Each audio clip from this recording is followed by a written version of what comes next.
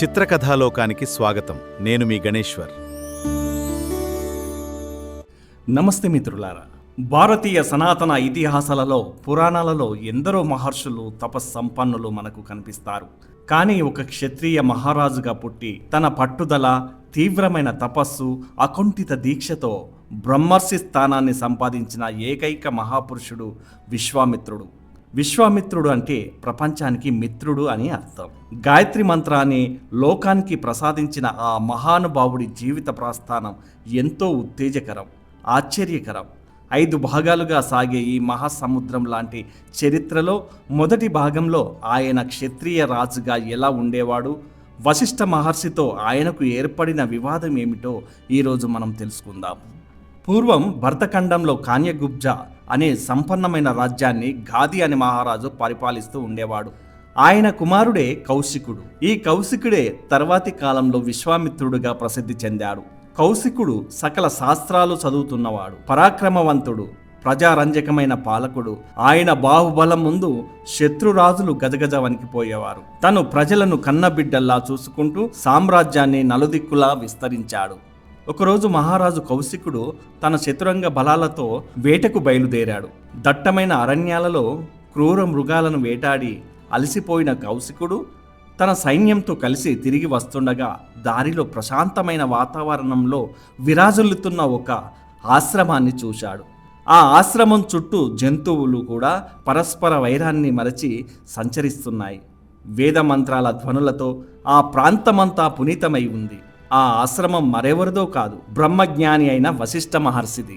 మహారాజు కౌశికుడు తన సైన్యాన్ని బయటే నిలిపి వినయపూర్వకంగా ఆశ్రమంలోకి ప్రవేశించాడు. వశిష్ఠ మహర్షి ఆ మహారాజుకు ఎదురేగి సాదరంగా ఆహ్వానించి ఆర్ఘ్యపాద్యాలిచ్చి సత్కరించారు. ఆశ్రమ విశేషాలు, రాజక్షేమ సమాచారాలు మాట్లాడుకున్న తర్వాత వశిష్ఠ మహర్షి కౌశికుడితో ఇలా అన్నాడు: రాజా, మీరు మీ భారీ సైన్యంతో వచ్చారు. మీరంతా మా ఆశ్రమంలో మా ఆతిథ్యాన్ని స్వీకరించి భోజనం చేసి వెళ్ళాలి. కౌశికుడు ఆశ్చర్యపోయాడు. మహర్షి, మీరు వనవాసి, కందమూలాలు తింటూ జీవిస్తారు. నా వెనుక వేల సంఖ్యలో సైనికులు, గుర్రాలు, ఏనుగులు ఉన్నాయి. వీరందరికీ భోజనం పెట్టడం మీకు ఎలా సాధ్యం? మీ శ్రమ నాకు వద్దు, మీ ఆశీస్సులు ఉంటే చాలు అన్నాడు వినయంగా. కానీ వశిష్ఠుడు నవ్వుతూ, రాజా, నా వద్ద దైవిక శక్తి గల నందిని అనే కామధేనువు ఉంది. అది కోరిన కోరికలు తీరుస్తుంది, కాబట్టి ఏమాత్రం సంకోచించకండి. వశిష్ఠ మహర్షి ఆజ్ఞతో నందిని అనే ఆ దివ్య గోవు క్షణాల వ్యవధిలో వేలాది మంది సైనికులకు, అధికారులకు, రాజుకు సరిపడా పంచభక్ష పరమాన్నాలను సృష్టించింది. అంతా తృప్తిగా భోజనం చేశారు. రాజకుమారుడు కౌశికుడు ఈ అద్భుతాన్ని చూసి ఆశ్చర్యంతో మునిగిపోయాడు. మహా అద్భుతం! ఆయన మనసులో అత్యాశ, అహంకారం అంకురించాయి. ఒక సాధారణ ముని దగ్గర ఇంతటి శక్తివంతమైన ఆవు ఉండడం కంటే సకల జనాన్ని రక్షించే రాజు దగ్గర ఉండడమే న్యాయమని భావించాడు. కౌశికుడు వశిష్ఠుడి వద్దకు వెళ్ళి, మహర్షి, ఈ కామధేనువు ఆశ్రమానికి కాదు, నా రాజ్యానికి శోభ తెస్తుంది. దీనికి బదులుగా వందల వేల ఉత్తమ జాతి ఆవులను, ఏనుగులను, రథాలను, కోట్లాది సువర్ణ నాణేలను ఇస్తాను. ఈ నందిని నాకు ఇచ్చేయండి అని కోరాడు. కానీ వశిష్ఠుడు ప్రశాంతంగా, రాజా, ఈ గోవు నా ప్రాణం లాంటిది. యజ్ఞయాగాదులకు కావలసిన హవిస్సును, ఆశ్రమ నిర్వహణకు కావలసిన వస్తువులను ఇచ్చేది ఇదే. దీనిని నేను ఏ సంపదకు మార్పిడి చేయలేను అని నిరాకరించాడు. రాజుకు కోపం వచ్చింది. ఒక ముని తన మాటను జవదాటడమా? అహంకారం తలకెక్కిన కౌశికుడు బలవంతంగా ఆవును తీసుకెళ్లాలని నిర్ణయించుకున్నాడు. తన సైనికులను పిలిచి నందిని బంధించి తీసుకురమ్మని ఆజ్ఞాపించాడు. సైనికులు ఆవు మెడలో తాడు వేసి లాగడం ప్రారంభించారు. ఆ నంది కళ్ళలో నీళ్లు తిరిగాయి. అది వశిష్ఠుడి వైపు చూస్తూ, స్వామి, మీరు ఎందుకు ఉపేక్షిస్తున్నారు? నన్ను బలవంతంగా తీసుకువెళ్తుంటే మీరెందుకు మౌనంగా ఉన్నారు అని అడిగింది. వశిష్ఠుడు విచారంతో, అమ్మా నందిని, నేను అహింసా వ్రతుడను, బ్రాహ్మణుడను. నా వద్ద సైన్యం లేదు. ఆయన సర్వాధికారి అయిన రాజు. నేను భౌతికంగా ఏమి చేయలేను అన్నాడు. అప్పుడు నందిని, మహర్షి, మీరు అనుమతిస్తే ఈ క్షత్రియ బలాన్ని క్షణంలో మట్టి కరిపిస్తాను అంది. వశిష్ఠుడు సరే అనగానే నందిని ఒక్కసారిగా రంకెవేసింది. నందిని హూంకారం నుండి, తోక నుండి, చర్మం నుండి వేలాది మంది పరక్రమమైన యోధులు, శకులు, పల్లవులు, మ్లేచ్ఛ సైన్యాలు ఉద్భవించాయి. వారు కౌశికుడు సైన్యంపై విరుచుకుపడ్డారు. కౌశికుడి చతురంగ బలాలు ఆ దివ్య సైన్యం ముందు నిలవలేకపోయాయి. క్షణాల వ్యవధిలోని రాజు సైన్యం అంతా తుడిచిపెట్టుకుపోయింది.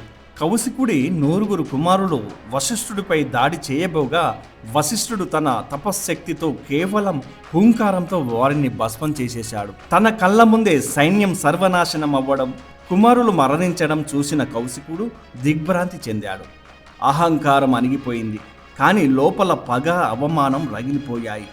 భౌతికమైన ఆయుధాలు, సైనిక బలం కంటే బ్రాహ్మణుడి తపశ్శక్తి ఎంతో గొప్పదని ఆయనకు అర్థమైంది. అవమాన భారంతో కుంగిపోయిన కౌశికుడు మిగిలిన ఒకే ఒక్క కుమారుడికి రాజ్యాన్ని అప్పగించి వశిష్ఠుడిపై పగ తీర్చుకోవడానికి, అంతకంటే గొప్ప శక్తిని సంపాదించడానికి అడవులకు వెళ్ళిపోయాడు. హిమాలయ పర్వతాలలో పరమశివుని గురించి ఘోరమైన తపస్సు ప్రారంభించాడు. ఎన్నో ఏళ్ల తపస్సు తర్వాత పరమశివుడు ప్రత్యక్షమై, కౌశిక, నీకేం వరం కావాలి అని అడిగాడు. అప్పుడు కౌశికుడు, దేవా, నాకు ధనుర్వేదంలో సకల రహస్యాలు, దివ్యాస్త్రాలు, బ్రహ్మాస్త్రం, పాశుపతాస్త్రం మొదలైనవి అనుగ్రహించు అని కోరాడు. శివుడు తదాస్తు అని సకల అస్త్రాలను ప్రసాదించాడు.